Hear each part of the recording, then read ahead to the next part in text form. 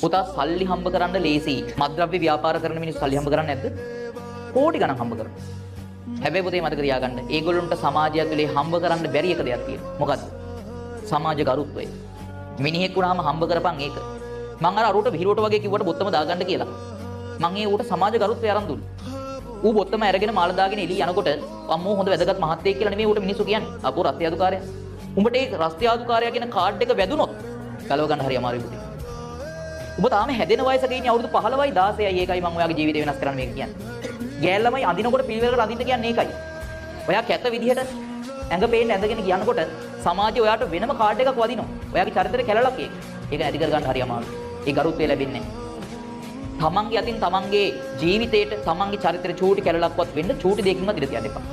කොල්ලෝ කාලේ ආසයි කරඹුවක් දාලා, ඒ මාළයක් දාලා, මේ යන්න ආසයි. අර ගතියක් ඒක. ඒ කාලේ ඔර පොරත්තයක් එනවා වෙනම. තමන්ගේ සමවයස් කණ්ඩායම අතර විතරයි හැබැයි.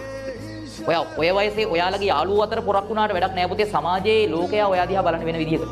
මේ ඔයා දකින ලෝකේ හරි පොඩි. මෙතනින් එහාට තව ලොකු ලෝකයක් තියෙනවා. ඒ ලෝකෙට යන්න ඕනේ. ඒ ලෝකෙට ගියාම තේරෙයි මම මොන තරම් පොඩි මිනිහෙක්ද කියලා.